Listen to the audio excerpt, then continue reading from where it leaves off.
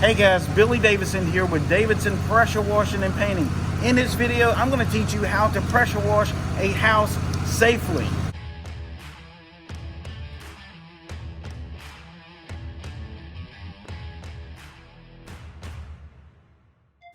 Another expert tip to help you grow your pressure washing business. So as you see here, we're about to apply a chemical solution to this residence right here.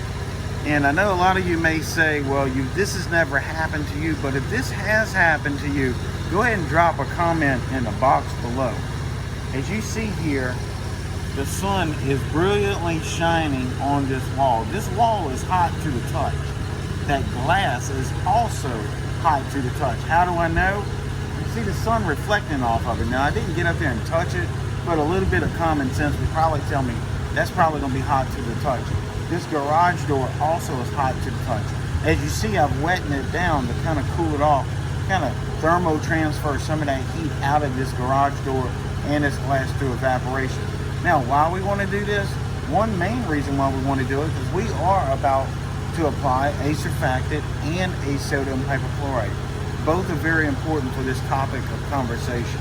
So guys, if y'all seen in your showers at home, you probably have seen this and heard the term of scum, soap residue on showers and stuff. Well, that could happen to this. We're using surfactant and sodium hypochlorite. The surfactant could dry on this garage door, leaving a cloudy film on it if it's hot to the touch whenever we apply our soap solution. Also, our sodium hypochlorite could result in the same thing happening. If it flash dries on this garage door because it's really hot to the touch, you're going to get this soap, scum, cloudy film on the garage doors and also on these windows up here. So the way we mitigate these risks is pre-wetting it several times to whenever you be able to touch it. It's warm right now, so we want to keep wetting it until whenever we touch it, it's going to be cool to the touch. So I'm going to show you how we do that. Guys, right here also I want to mention, if you're looking for some very exclusive training to help grow your pressure washing business, go visit BillyDavidsonVIP.com. There'll be a link in the description as well. You won't regret it. Alright guys, right here I'm using an open ball valve system. This could be done with a water hose or a J-rod, however you want to do it. So I'm just going to open my ball valve. You can see it's very low pressure coming out of here. And I'm just going to proceed to pre-wet all of this until it's cool to the touch. Now this may take several applications.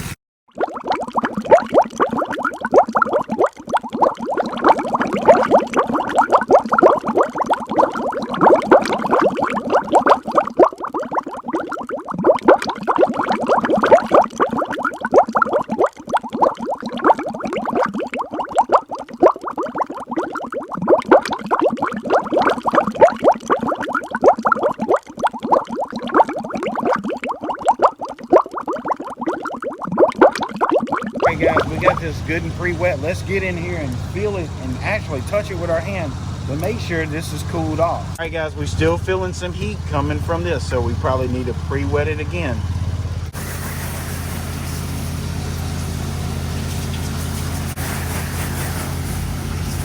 All right guys, this is our second application of pre-wetting this. Let's check this out to see if it's cool to the touch before we start applying our sodium hypochlorite and soap solution.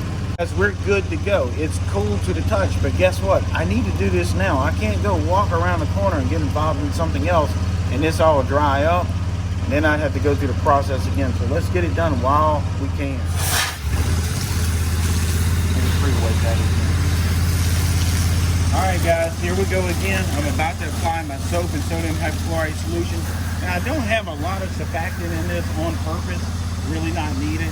So we'll start at the bottom, work our way to the top and get this done.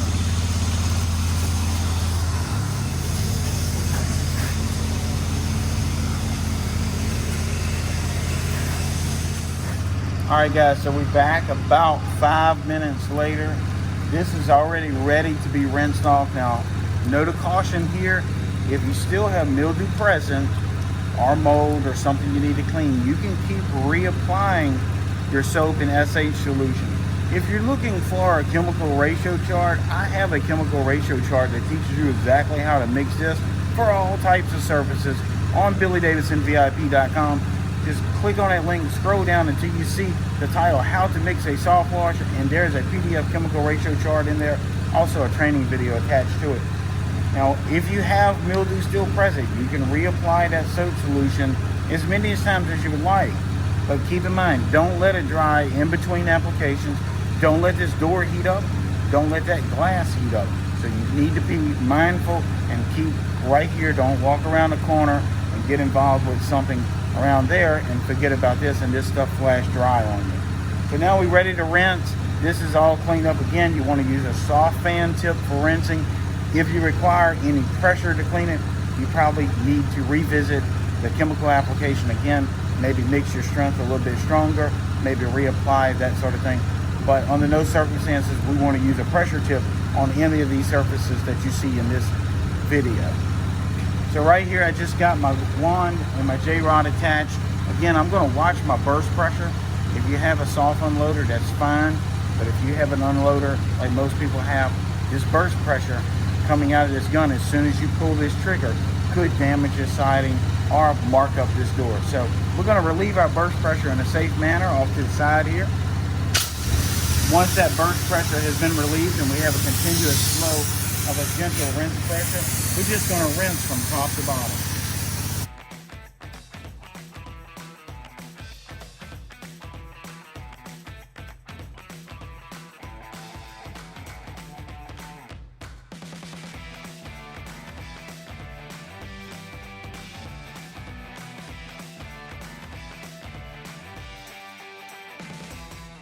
This is how you pressure wash a house safely. Thanks for joining us in this video today. Again, go check out BillyDavidsonVIP.com if you're interested in growing your pressure washing business today. Also, make sure you hit that subscribe button, smash that like button, and we hope to see you in the next video.